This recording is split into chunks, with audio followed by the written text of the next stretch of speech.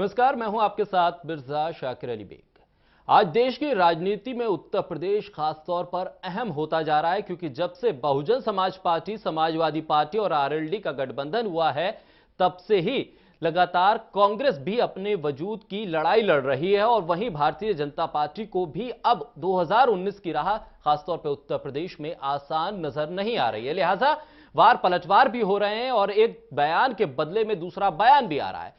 कांग्रेस ने 7 सीटें छोड़ने की बात क्या कही, मायावती ने फौरन पलटवार किया और अखिलेश ने भी बुआ की हां में हां मिला दी। ऐसे में कांग्रेस की सियासी जमीन अगर मजबूत होती है तो उत्तर प्रदेश में दो क्षेत्रीय पार्टियों को किस हद तक नुकसान होगा, उस पर भी हमारी आज की बड़ी बहस में चर्चा रहेगी। और मायावती क्यों इतना नाराज हो जाती हैं कांग्रेस की किसी भी एक बयान से, इसको भी जानने की कोशिश करेंगे, चर्चा करेंगे खास मेहमानों के साथ आज की बड़ी बहस में।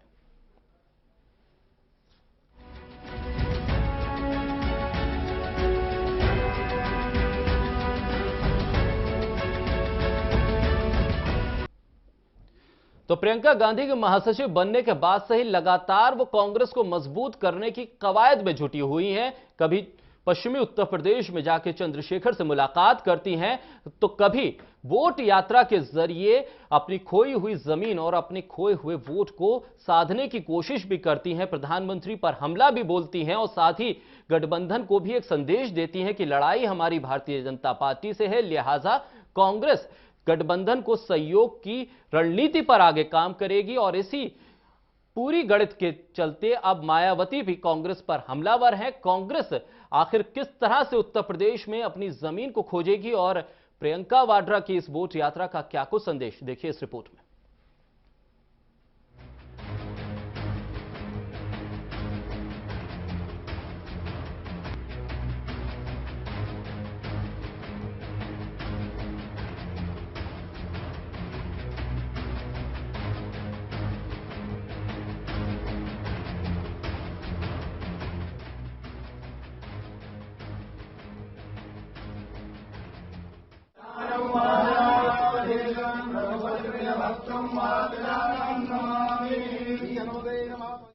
मैं इस धरती से आत्मिक रूप से जुड़ी हूं और ये मानती हूं कि प्रदेश में किसी भी तरह के राजनीतिक परिवर्तन की शुरुआत आपकी पीड़ा को साझा किए बिना नहीं हो सकती। इसलिए सीधा आपसे सच्चा संवाद करने के लिए मैं आपके द्वार पर पहुंच रही हूं। उत्तर प्रदेश के लोगों से मेरा पुराना नाता है। आज कांग्रेस पार्टी के सिपाही के तौर पर मेरी जिम्मेदारी आपके साथ मिलकर उत्तर प्रदेश की राजनीति को बदलने की है।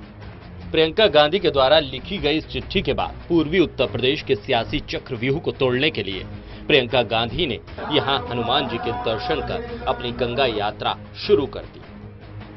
सबसे पहले संगम तट पहुंचकर उन्होंने मां गंगा की पूजा की और इसके बाद मनैया घाट से स्टीमर के जरिए वाराणसी के लिए रवाना हो गई। लोकसभा चुनाव से ठीक पहले प्रियंका इस सियासी यात्रा के जरिए पूर्वी उत्तर प्रदेश में कई समीकरणों को एक साथ साधने की कोशिश कर रही हैं।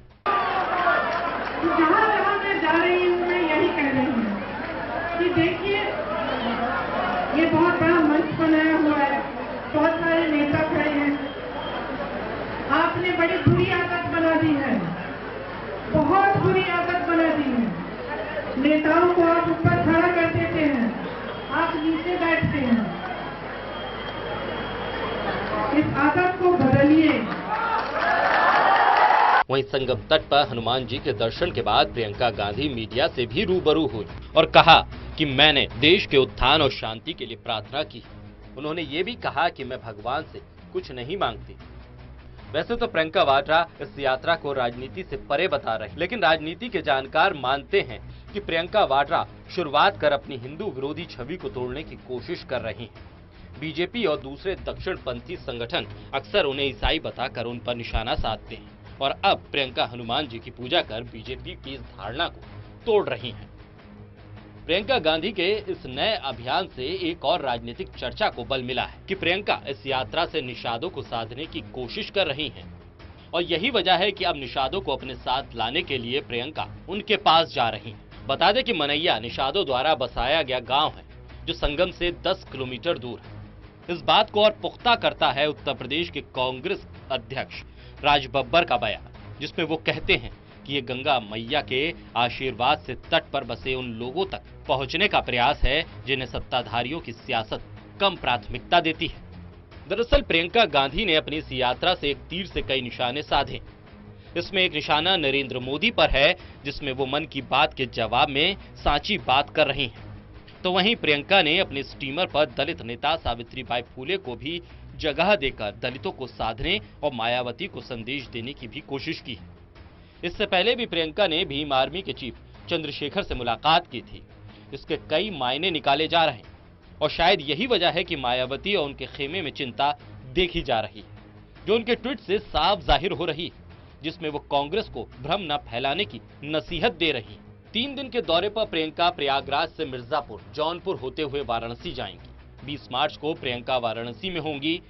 इस दौरान वो गंगा की बदहाली पर प्रधानमंत्री मोदी को घेरेंगी। बता दें कि प्रधानमंत्री मोदी ने भी 2014 के चुनाव में वाराणसी में कहा था कि उन्हें मां गंगा ने बुलाया है। प्रियंका गांधी की इस यात्रा का कांग्रेस को कितना फायदा होगा, ये तो आने वाला वक्त ही तय करेगा। लेकिन फिलहाल तो प्रियंका गांधी हर दिन अपने नए वार से सियासत में हलचल पैदा कर रही हैं। National desk, total news. तो चर्चा की हम शुरुआत करेंगे। हमारे साथ खास पैनल हमारे साथ चर्चा में जुड़ा हुआ है। राजेश यादव कांग्रेस की तरफ से हमारे साथ इस चर्चा में हिस्सा ले रहे हैं। निगत अब्बास भारतीय जनता पार्टी की तरफ से हमारे साथ इस चर्चा में हिस्सा ले रहे हैं। हमारे साथ वरिष्ठ पत्रकार ददीवल यादव जी हमारे साथ इस चर्चा में हिस्सा ले रहे हैं। चर्चा की शुरुआत करें। वीरेंद्र सोनी जी भी कुछ देर में हमारे साथ जुड़ेंगे, इस चर्चा का वो भी हिस्सा होंगे। ददीवल जी, प्रियंका गांधी जिस तरह से अब प्रचार की कमान एक तरह से उत्तर प्रदेश की कम से कम उन्होंने संभाल ली है, बड़े ही सधे अंदाज में वो तमाम बयान दे रही हैं। उनके बयानों से एक बात तो साफ है कि वो मुद्दों को इन चुनावों में हावी करना चाहती हैं। आज भी जिस तरह से उन्होंने जगह जगह प्रचार किया, उन्होंने ये बताने की कोशिश की है कि आखिर आप लोग जागरूक होंगे तभी आपको कुछ मिल पाएगा। इतने समय तक मैं घर पे रही और अब राजनीति में आई हूं तो आपके मुद्दों की बात करूंगी। आज ये बड़ा दिलचस्प एक नजारा भी देख रहा। सावित्रीबाई फुले जो कभी बीजेपी की सांसद हुआ करती थी, वो उस बोट में सवार है और वो वोट यात्रा हो रही है। और दरअसल कहा यह जा रहा है जो निषाद वोट है और निषाद समीकरण जो उत्तर प्रदेश में और 10% से अधिक की आबादी वो कही जाती है उत्तर प्रदेश में, उसको साधने की कवायद है। लेकिन बड़े ही सधे अंदाज में वो काम कर रही हैं। चंद्रशेखर से पश्चिमी उत्तर प्रदेश में मुलाकात करती हैं और कहती हैं कि गैर राजनीतिक भाई और बहन की मुलाकात है, उसको राजनीति से नहीं जोड़ती। और यहां ये वोट यात्रा किस तरह से देखेंगे, उत्तर प्रदेश में कांग्रेस अपनी जमीन को पाने की कवायद में आगे बढ़ रही है। दरअसल लोकसभा चुनाव अगर सामने ना रखें, विधानसभा चुनाव तक की अगर बात कर लें तो देखिए, जहां तक प्रियंका गांधी की बात है, प्रियंका गांधी ने अपनी यात्रा शुरू करने से पहले एक खुला पत्र भी उत्तर प्रदेश के लोगों को जारी किया था दिल्ली से। और वो जिस तरह से गंगा की यात्रा कर रही हैं, बोट के जरिए वोट साध रही हैं, आपको ध्यान हो जब गुजरात में चुनाव था तो राहुल गांधी ने भी सॉफ्ट हिंदुत्व का एक रुख अपनाया था। मंदिरों में जाना, मत्था टेकना और जनेऊ धारण करना, इस तरह के बहुत सारे प्रकल्प राहुल गांधी ने भी किए थे जी। और इस देश में गंगा जमुनी तहजीब की अगर बात करें तो उसमें गंगा का बड़ा महत्व है। इकबाल से लेकर और तमाम सारे लोगों ने गंगा पर, चाहे वो जितने भी लिखने वाले हैं, जो भी शायर और कवि और साहित्यकार, सब ने गंगा को फोकस किया है और पवित्र माना है। तो उसी सॉफ्ट हिंदुत्व की धार को और पैना करने के लिए प्रियंका जी बोट के जरिए जा रही हैं। आज उन्होंने जा करके वहाँ प्रयागराज में हनुमान जी के मंदिर में मत्था टेका जी। और जिस गंगा की वो यात्रा कर रही, गंगा इस देश की आत्मा में बसती है जी। 1984 में उस गंगा को साफ करने का बीड़ा राजीव गांधी ने उठाया था और बिजनौर से लेकर बलिया तक लगभग 1150 किलोमीटर की ये गंगा का इलाका है और जिसमें लगभग आधी सीटें जो हैं उत्तर प्रदेश की इसके तटीय इलाकों में आती हैं जी। और उसमें से लगभग 26 सीटें अगर उधर की बात करें हम, तो उसमें से 21 सीटें ऐसी हैं जिस पर अभी भारतीय जनता पार्टी काबिज है गंगा के तटीय इलाकों में। तो प्रियंका गांधी के पिताजी राजीव गांधी ने जिस गंगा के सफाई का बीड़ा उठाया था, बाद में कांग्रेस ही सत्ता में रही और वो उन सब चीज़ों को भूल गई और वो किनारे हाशिए पर चले गए। बाद में जब प्रधानमंत्री मोदी बने तो उन्होंने भी बनारस से जब चुनाव लड़ने आए तो उन्होंने कहा कि मुझे गंगा मैया ने बुलाया है और हम गंगा का उद्धार करेंगे, सफाई कराएंगे, और उसके लिए उन्होंने भी एक प्रोजेक्ट नमामि गंगे शुरू करवाया। उस पर काफ़ी कुछ काम भी हुआ, वो अलग मुद्दा है। और अभी जो है उसी तरह से प्रियंका गांधी ने भी उन्हीं सब इशूज को उठाने के लिए, और जो अभी आप बात कर रहे थे शुरू में कि वहाँ पर कुछ ऐसी सीटें हैं, चार पांच सीटें हैं जो बिल्कुल बनारस के और उधर सोनभद्र और उधर उसके बीच में 3 सीटें तो ऐसी हैं जो जहाँ पर इनका ठीक ठाक वोट है। और यूपी में लगभग 8 से 10% वोट जो है वो मल्लाह, बिंद, इस टाइप की जो वो इनकी जो है कास्ट और सब कास्ट है उनका वोट है। तो लगभग 20 सीटें ऐसी हैं जिस पर ये प्रभावी हैं वोटिंग के हिसाब से। तो इन सब समीकरणों को साधने की कोशिश प्रियंका कर रही हैं अपनी इस यात्रा के दौरान। और जहां तक रही बात की अब वो लोगों की समस्याएं सुनने आई हैं ऐन चुनाव के मौके पर, तो इसको पब्लिक भी समझती है। लेकिन ये है कि ये वोट की राजनीति है और ऐसी चोचलेबाजी हुआ करती हैं मतदाता को रिझाने के लिए, वो हो रहा है। ठीक है राजेश जी, आपको चर्चा में जोड़ें। अगर प्रियंका गांधी, जो बहुत से जिस तरह से राजनीति को जानने वाले, उत्तर प्रदेश को समझने वाले ये कह रहे हैं कि अगर प्रियंका गांधी की एंट्री आप सियासत में 1 साल पहले कर देते तो शायद जमीन और ज्यादा कांग्रेस के लिए मजबूत हो जाती। वो स्थिति नहीं होती जिस स्थिति में फिलहाल अभी कांग्रेस है। आपके पास अभी 2 महीने का समय है, मेहनत कर रहे हैं आप लोग, और प्रियंका गांधी जिस तरह से यात्राएं कर रही हैं, लोगों से मिल रही हैं, जाहिर सी बात है एक तरह से लोग जानना भी चाहते हैं। गांधी परिवार से अगर कोई आता है प्रियंका गांधी को लेकर खासतौर पे लोगों में रहता है कि मिले, लेकिन ये मिलना, लोगों से मिलना जुलना और लोगों का इकट्ठा होना वोटों में कितना तब्दील होगा, ये खासा अहम होता है। और वोटों में तब्दील आप लोग कर पाएंगे या नहीं, क्योंकि जमीनी स्तर पे आपका संगठन कितना मजबूत है वो तय करेगा। कितना तैयार हैं आप लोग उत्तर प्रदेश की राजनीति में अपनी पार्टी को एक बार से फिर खड़ा करने के लिए, क्योंकि लगातार समाजवादी पार्टी और बहुजन समाज पार्टी भी कहीं ना कहीं नजरें तिरछी करती हुई नजर आती है।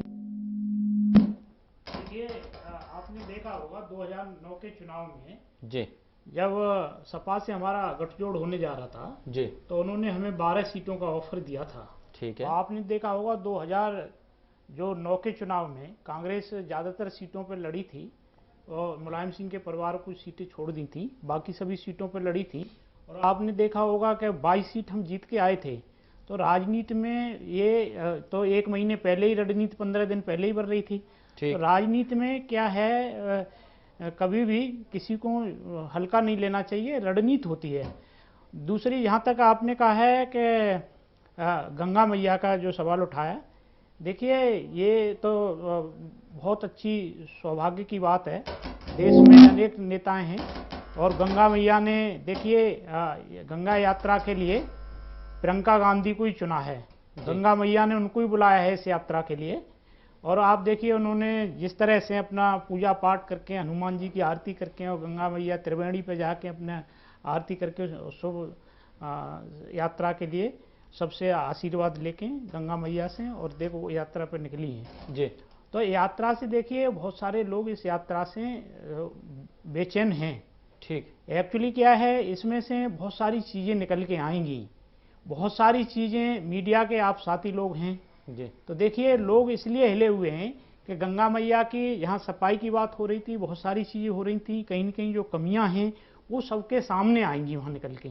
और वैसे ये जो प्रियंका जी की यात्रा है, देश के लिए शांति और देश की उन्नति के लिए उन्होंने इस यात्रा को रखा है। ठीक है जी राजेश जी। जी जी, जिस तरह से ये यात्रा है, ददीबल जी आपको याद होगा मध्य प्रदेश चुनाव से पहले ऐसी ही एक यात्रा पर दिग्विजय सिंह निकले थे और उन्होंने नर्मदा यात्रा पे, और वो यात्रा उन्होंने गैर राजनीतिक रखी थी, लेकिन उसके जरिए भी उन्होंने उस इलाके में पड़ने वाले तमाम विधानसभा सीटों पर उस समीकरण को भी भापा था। उसका फायदा भी कांग्रेस को मध्य प्रदेश में हुआ था। क्या ये उतना इम्पैक्ट रखने वाली यात्रा हो सकती है, या फिर इसे हम अभी तक कैमरों की नजर से ही देख पा रहे हैं? विजय जी, जो स्थिति इधर उत्तर भारत में जी गंगा की है जी, वही स्थिति दक्षिण में कावेरी की है और उसी तरह से मध्य प्रदेश के उस अंचल में वही स्थिति नर्मदा की है। ठीक। और दिग्विजय जी ने जो यात्रा निकाली थी वो काफी लंबी यात्रा थी जी। और उसमें समय भी लगा था।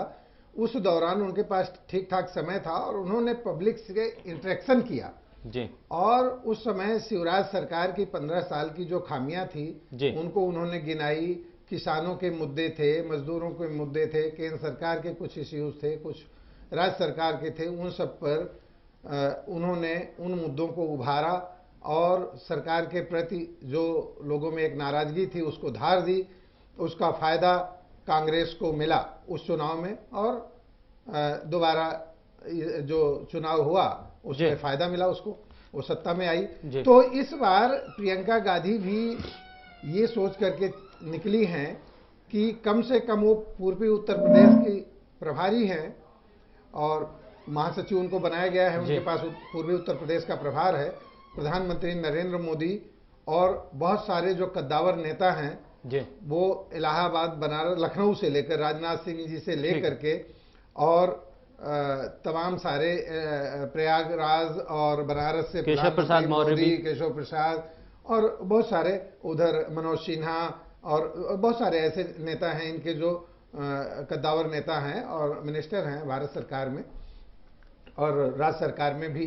तो उन लोगों को एक तरह से ये संदेश देने के लिए उनका जो एक मजबूत वोट बैंक है उसमें अपनी घुसपैठ करने के लिए, ठीक है, अपनी तरफ खींचने के लिए ये प्रियंका गांधी का प्रयास है। और सभी राजनीतिक दल करते हैं इसमें, इस तरह के टोने टोटके होते हैं चुनाव की बेला में और सभी दल लगभग करते हैं। लेकिन हाँ, जो एक कांग्रेस की एक जो छवि बन रही थी कि प्रो माइनॉरिटी वाली, वो हिंदुत्व से थोड़ा दूर जो हो रही थी उसको सॉफ्ट हिंदुत्व की तरफ ले जाते हुए जो काम पहले राहुल गांधी ने किया था वही काम अब लोकसभा चुनाव से ऐन पहले प्रियंका गांधी कर रही हैं और हो सकता है कि इसका फायदा उनको मिले भी। ठीक है, निगात अब्बास, मैं आपके पास आऊं। बीजेपी को दिक्कत क्या प्रियंका गांधी से? क्योंकि मैं सवाल इसलिए कर रहा हूं क्योंकि आपके संस्कृति जो मंत्री हैं कैबिनेट में, महेश शर्मा का एक बयान आया, वो बयान खूब चल रहा है। उस बयान का मैं सिर्फ जिक्र कर रहा हूं, उस बयान को मैं सुनाऊंगा नहीं,